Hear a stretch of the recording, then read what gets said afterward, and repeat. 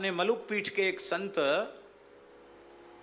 क्या नाम था, रामकृष्ण दास जी नाम था, अपने मलुक पीठ के एक संत यहाँ यहीं मलुक पीठ से विरक्त वेश लिया था। तो बड़ी अच्छी से यहाँ भी बहुत सेवा करते। महाराज जी को पता है, स्मरण में नहीं आ रहा होगा, शरीर उनका बंगाल का था और बड़े वैराग्यवान थे।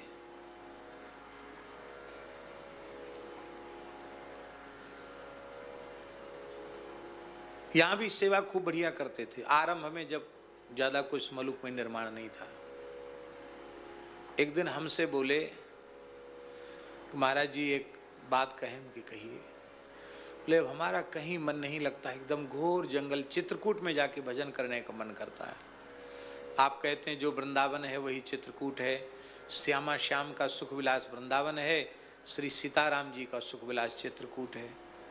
आप कहें तो वहीं हम भजन करें। मैंने कहा हम दो काम के लिए किसी को मना नहीं करते हैं, चाहे जितना जरूरी काम रह जाए तो रह जाए। एक तो पढ़ने के लिए किसी को मना नहीं करते हैं और एक भजन के लिए किसी को मना नहीं करते हैं, और दो को ही हम महत्व देते हैं, बाकी चीज़ों को ज़्यादा महत्व नहीं देते हैं। तो आपका मन है तो आप वहाँ रहिए, वहाँ रहे। और महाराज जी इतनी ईमानदारी से भजन किया, इतनी ईमानदारी से भजन किया कि हम आपको क्या कहें। वे भिक्षा के लिए भी नहीं जाते थे, सीधे के लिए भी नहीं जाते थे। वहीं के आसपास के संत किसी को दया आई, किसी ने कुछ दे दिया तो ले लिया, ऐसा एकदम असंग होकर अहर्निश भजन किया उन्होंने। और ये हरिद्वार कुंभ गया है और उन्हें श्री ठाकुर जी की अनुभूति भी हुई कि चित्रकूट में भगवान का अनुभव होता है। महाराज जी उन्हें अनुभूति हुई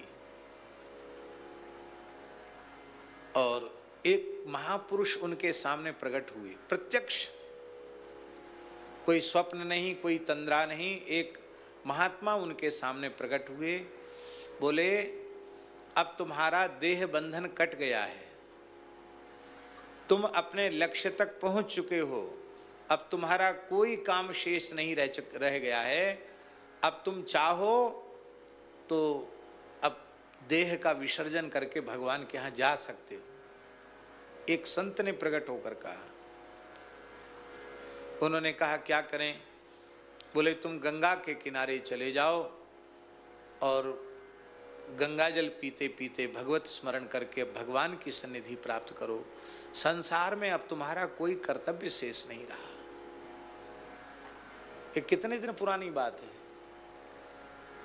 हरिद्वार कुंभ की बात है। किस सन में था हरिद्वार कुंभ? 2021 में कुंभ में वो अपने ही शिविर में आए, रामकृष्ण दास जी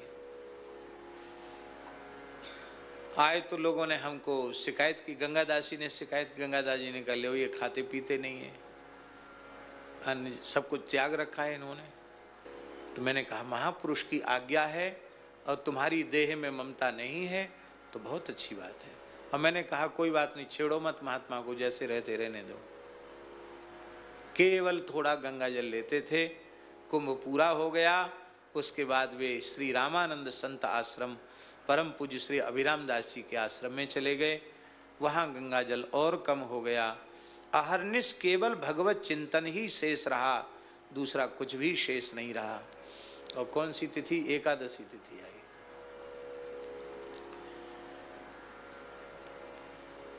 बैसाख शुक्ल या ज्येष्ठ शुक्ल एकादशी, भ्रम है, माने ध्यान नहीं है मुझे पूरा। आप लोगों में से किसी को ध्यान होगा, शायद बैशाख शुक्ल एकादशी रही होगी, महाप्रभु जी की जो जयंती वाली तिथि है। उस दिन उन्होंने बड़े मंद्र स्वर में कहा, ऐसे महाप्राण होते हैं तपस्वी के 2-3 महीने तक केवल जल पर रह गए। और फिर उन्होंने कहा जो संत, हमने अपने एक संत भेज दिए थे कि तुम उनका थोड़ा ध्यान रखना। तो शालिग्राम जी का गंगा जल से स्नान कराया। बोले हमको मुख में चरणामृत दे दो, हमारा काम हो गया। अब फिर बोले कि हमारे पास गुरु जी का चरणामृत रखा है, उसको भी हमको दे दो। और जैसी मुख में दिया, ध्यानस्थ मुद्रा में इधर मंदिर में आरती हो रही, घड़ी घंट बज रहे हैं, और एकदम निर्विकार भार उससे देह त्याग करके भगवान की सन्निधि प्राप्त की। और अपने शालिग्राम जी उन्होंने उस संत को दे दिए जो सेवा करते थे, अपने ठाकुर जी भी उनको दे दिए। अभी हरिद्वार कुंभ की बात है, मलुक पीठ के ही संत थे।